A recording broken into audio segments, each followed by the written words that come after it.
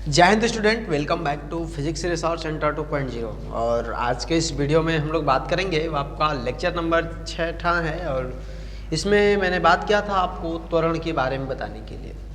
तो पहले हम लोगों ने पढ़ा क्या था, एक समान गति, असमान गति, औसत वेग, औसत चाल, इन सब चीज़ों के बारे में मैं डिस्कस कर चुका था। कब आपका औसत चाल ज्ञात करते हैं, कब हम लोग औसत वेग की गणना करते हैं, ये सब चीज़ें मैं बता चुका था। तो आज जो बताना था वो हमें त्वरण के बारे में बताना था। तो त्वरण क्या है? बहुत सिंपल सा चीज़ है। आप भी अपनी गाड़ी का एक्सीलेटर क्या करते होंगे, बहुत तेज़ी से दबाते होंगे। तेज़ी से दबाएं या फिर कैसे भी दबाते हैं, मतलब कि गाड़ी चलाते ही वक्त, या फिर नहीं भी चलाते होंगे तो देखते होंगे लोग कैसे एकदम एक बार गाड़ी में बैठेंगे, क्लच दबा के गियर लगा के तुरंत एक्सीलेटर चाँप के निकल देते हैं तुरंत। वही कोई साथ रहता है तो आराम से जाते हैं, नहीं तो ऐसे उड़ लेते हैं आप लोगों के जैसे। तो एक्सीलेटर है इसी चीज़ से संबंधित है और हम लोग इस वे में समझने का प्रयास करेंगे कि ये कठिन न हो जाए।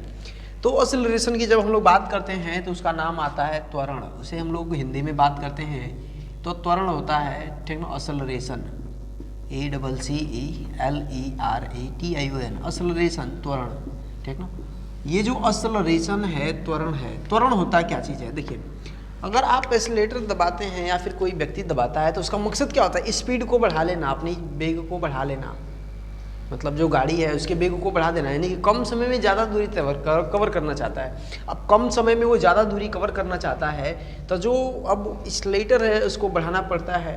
अपनी गति को धीमा करना है तो एक्सीलरेटर को घटाना पड़ता है। अब बताइए, तो ये चीज़ एक्चुअली करती क्या चीज़ है? आपके वेग को घटाने और बढ़ाने के लिए। तो त्वरण है क्या चीज़? एक्सीलरेटर का मतलब तो होता है कि वेग में वृद्धि या फिर कमी करने वाला, ठीक है। लेकिन जो त्वरण है वो क्या चीज़ है? तो अगर मैं सब पहले फार्मूला लिख देता हूँ तो शायद आपको बेहतर क्लियर होगा डिफिनीशन के साथ कि वेग परिवर्तन की समय दर को, ठीक ना, वेग परिवर्तन की समय दर त्वरण कहलाती है। या फिर अब ऐसे कह सकते हैं, ये वेग परिवर्तन की समय दर को त्वरण कहते हैं। वेग परिवर्तन की समय दर को त्वरण कहते हैं। अब वेग परिवर्तन की जब समय दर होगा तो वेग परिवर्तन कब होगा? आपको बताया था कि अगर औसत वेग की हम लोग बात करते हैं तो प्रारंभिक वेग देखा जाता है और अंतिम वेग। अगर मान लेते हैं कि कोई एक वस्तु है जो कि प्रारंभिक वेग उसका u है, उसका प्रारंभिक वेग कितना है? u है, और प्रारंभिक वेग u पर और t बराबर में 0 समय से, यहाँ पे मतलब t बराबर 0 समय पर u वेग से गति करना प्रारंभ करती है। और देखते हैं कि बीच में t समय पश्चात उसका जो वेग हो जाता है वो v हो जाता है, स्मॉल v हो जाता है, जिसे हम लोग अंतिम वेग कहते हैं। अंतिम वेग, ठीक ना, स्मॉल t समय पश्चात अंतिम वेग v हो जाता है। तो बात करें तो आप परिवर्तन ज्ञात करना आता होगा, तो अगर आप ज्ञात कर लेंगे वेग परिवर्तन, तो वेग परिवर्तन कितना आ जाएगा भाई? अंतिम वेग इसका v हुआ और प्रारंभिक वेग माइनस में u हुआ। अंतिम वेग माइनस में v करें v और प्रारंभिक वेग, मतलब अंतिम में से पहले वाले को माइनस कर लीजिए तो आ जाता है आपका वेग परिवर्तन आ जाता है। अब ये बात करते हैं वेग परिवर्तन, लेकिन त्वरण तो इस बात को कहते नहीं वेग परिवर्तन को। त्वरण तो वेग परिवर्तन की समय दर को कहते हैं। तो समय दर का मतलब क्या है? समय से भाग दे दीजिए।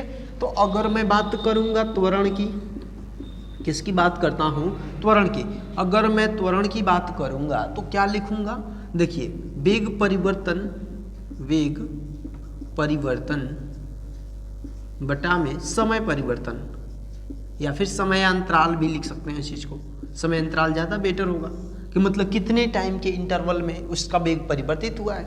तो आपको पता है कि उसका वेग कितना परिवर्तन v माइनस में u। अगर मान लें इसका समय, तो समय में परिवर्तन t माइनस में 0, मतलब कि 0 से स्टार्ट करके t समय पश्चात गया।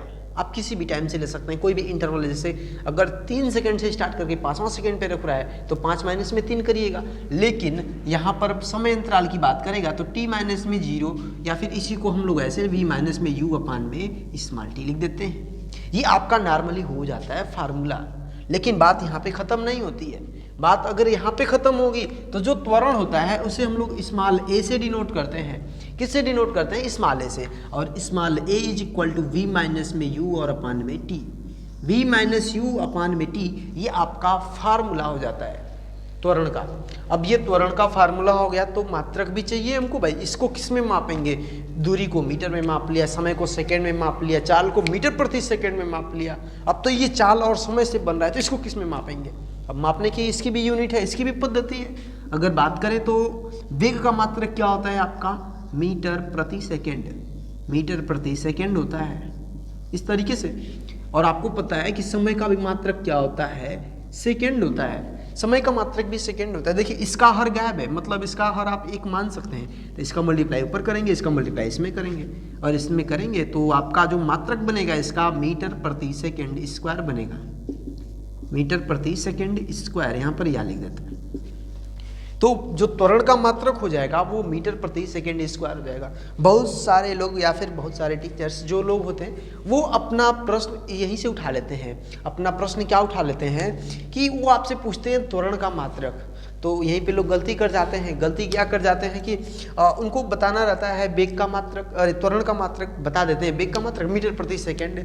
लेकिन यही हड़बड़ाहट में जो गलती है वो गलती नहीं होनी चाहिए कि मीटर प्रति सेकेंड स्क्वायर त्वरण का मात्रक होता है। अब बात करते हैं कि आपका जो ऑसिलेटर है उसको बढ़ाएंगे तब क्या होगा, घटाएंगे तब क्या होगा, ठीक है। चलिए अगर घटाने और बढ़ाने की बात करें तो मैं नीचे का थोड़ा सा इरेज कर देता हूँ तो ज़्यादा चीज़ें बेटर होगी। आप स्क्रीनशॉट लेकर के नोट करते रहिएगा। चलिए अब देखिए दो कंडीशन आती है हमारे पास। दो कंडीशन कब होगी कि ये जो ए बराबर में फार्मूला हमारा आया था v माइनस यू अपान में टी, v माइनस यू अपान में टी, बताइए ए का मान प्लस कब होगा? ए का मान पॉजिटिव, ए का मान पॉजिटिव कब होगा? जब बात करेंगे यू का मान है वो क्या रहेगा? लेस देन रहेगा v से। अगर u का मान लेस देन है किससे? v से, तब ए पॉजिटिव रहेगा। मतलब ये कहें कि किसी वस्तु का प्रारंभिक वेग कम है, अंतिम वेग ज़्यादा है, मतलब शुरू में तो बहुत धीरे धीरे चली थी लेकिन अंत में बहुत तेज उड़ गई, तो अब इस अवस्था में उसका अंतिम वेग ज़्यादा होता है, प्रारंभिक वेग कम होता है। मतलब कि इस ज़्यादा में से कम वाले घटाएंगे तो एक्सेलरेशन जो आएगा वो पॉजिटिव आएगा, और जब पॉजिटिव आएगा तो उसे हम लोग कहते हैं धनात्मक त्वरण। उसे हम लोग क्या कहते हैं? धनात्मक त्वरण कहते हैं, पॉजिटिव एक्सेलरेशन। तो आपको अब समझ में आ गया होगा क्या है धनात्मक त्वरण।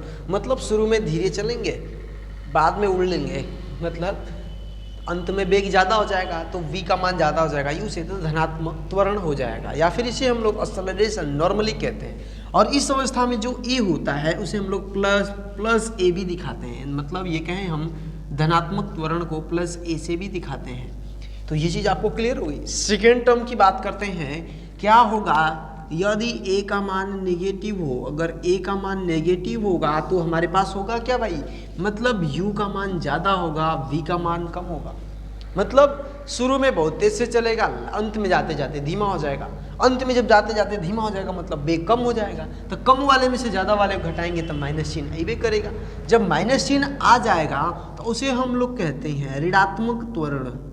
क्या कहते हैं? ऋणात्मक त्वरण, या फिर इसी को मंदन भी कहते हैं, या मंदन। और ये जो मंदन होता है इसे इस माइनस ए से दिखाते हैं। मंदन को हम लोग माइनस ए से दिखाते हैं। बात करें इसे इंग्लिश में हम लोग डी एक्सेलरेशन कहिए या फिर रिटार्डेशन कहिए, ठीक ना। रिटार्डेशन, रिटार्डेशन, ठीक ना। रिटार्डेशन, रिटार्डेशन का मतलब क्या हो गया आपका? मंदन।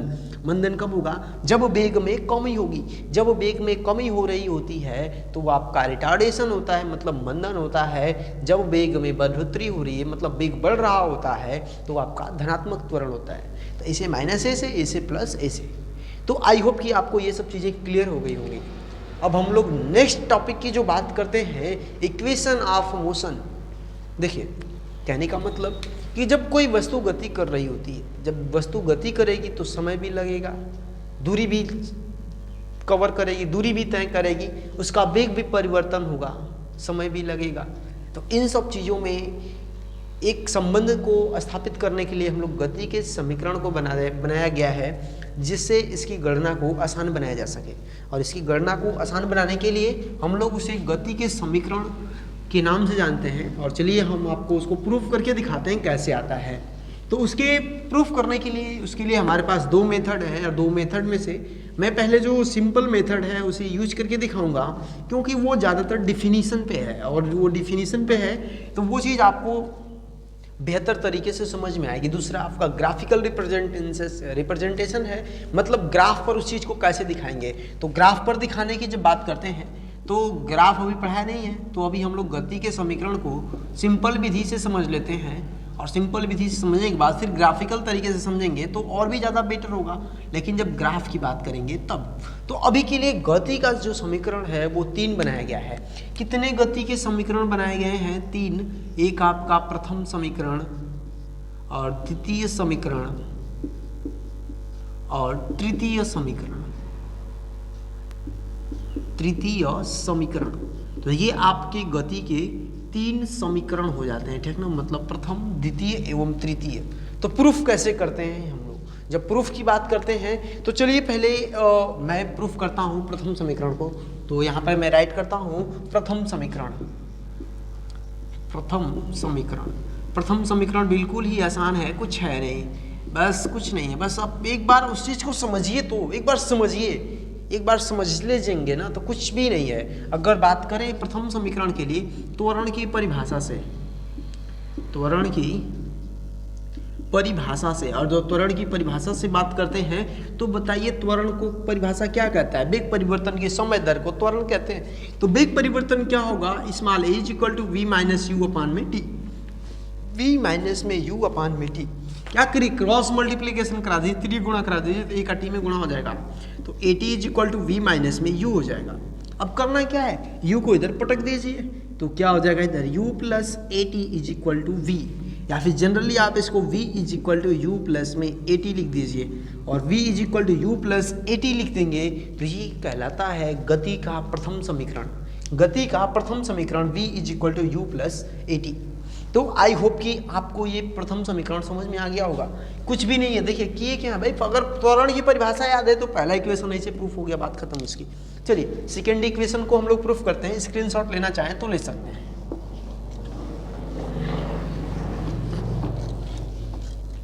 बात करते हैं द्वितीय समीकरण।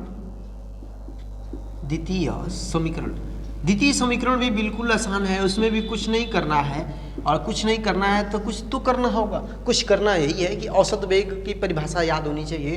क्या मैंने आपको औसत वेग में बताया था? देखिए औसत वेग मतलब उसमें दिशा के साथ साथ परिमाण भी चाहिए होता है।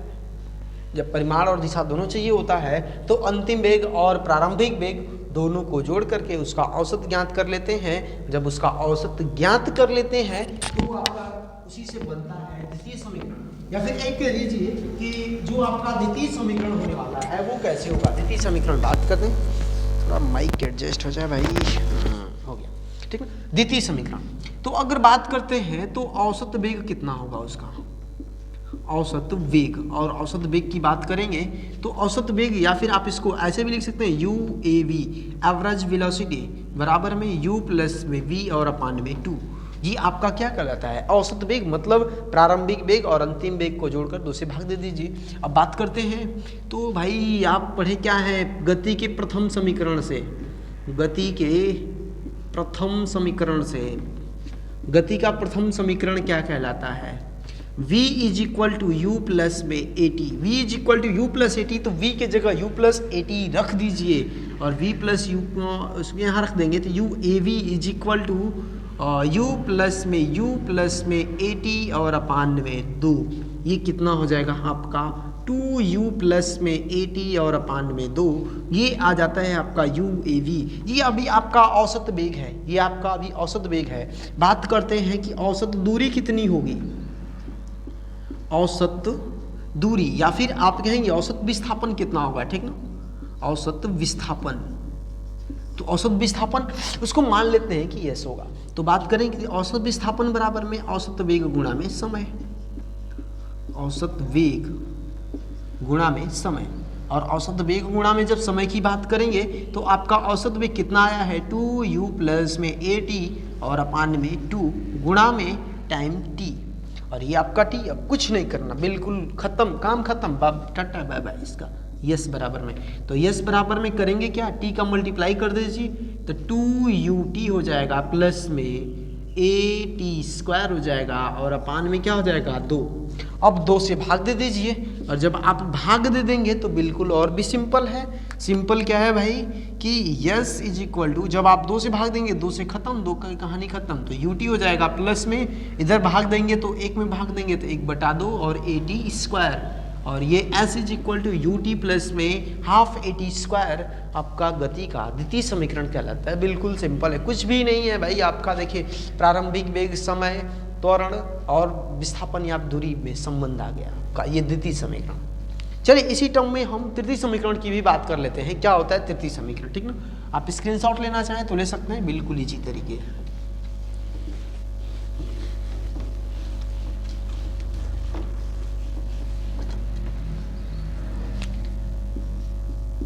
तृतीय समीकरण, तृतीय समीकरण क्या आता है भाई, यहाँ पर भी हम लोग गति के प्रथम समीकरण को ही प्रयोग में लाते हैं। गति के प्रथम समीकरण को ही प्रयोग में लाते हैं, मतलब क्या लिखें, गति के प्रथम समीकरण से, गति के प्रथम समीकरण से। तो गति का प्रथम समीकरण क्या कहलाता है, v is equal to u plus में ए टी।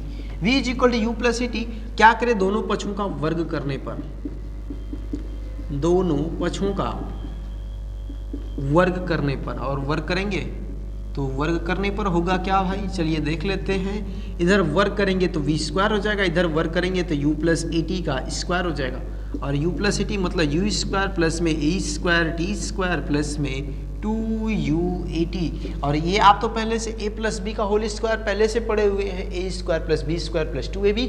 अगर ये आपका a है और ये b है तो a का स्क्वायर b स्क्वायर प्लस में 2uab, ठीक ना, मतलब 2ab, तो यहाँ पे a की जगह u है। चलिए v स्क्वायर बराबर, ये आपको समझ में आ गया होगा। अगर ये आपको समझ में आ गया तो मैं आगे कुछ एक काम कर लेता हूँ, u स्क्वायर प्लस में, इसको आपकी सुविधा के लिए पहले लिख लेते हैं 2u/80 प्लस में a स्क्वायर टी स्क्वायर। आपकी सुविधा के लिए क्यों लिखे हैं, कुछ है नहीं।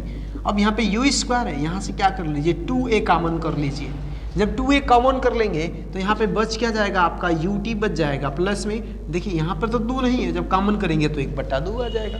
यहाँ पे a कॉमन कर लिए तो एक a बच गया और यहाँ पे टी स्क्वायर बचा हुआ है। और आपको ये पता है भाई गति का द्वितीय समीकरण है कि s बराबर में ut प्लस में हाफ ए टी स्क्वायर, अभी आपने प्रूफ किया था। तो v स्क्वायर है, ये v स्क्वायर बराबर में तब u स्क्वायर प्लस में 2a और ये s के बराबर था, तो ये आपका आ जाता है गति का तृतीय समीकरण, v square is equal to u square plus में 2as। तो ये आपका गति के तीनों समीकरण है और तीनों अलग अलग तरीके से हैं, इनके में संबंध ज्ञात करने के लिए।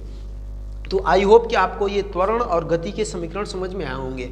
अब नेक्स्ट वीडियो में हम लोग मिलेंगे, वहाँ पर बात क्या करेंगे, graphical representation of equation of motion, मतलब गति के समीकरण का ग्राफीय निरूपण, या फिर अभी ग्राफ को समझेंगे कि क्या है वेग समय ग्राफ, क्या है दूरी समय ग्राफ, फिर उसके बाद नेक्स्ट वीडियो में।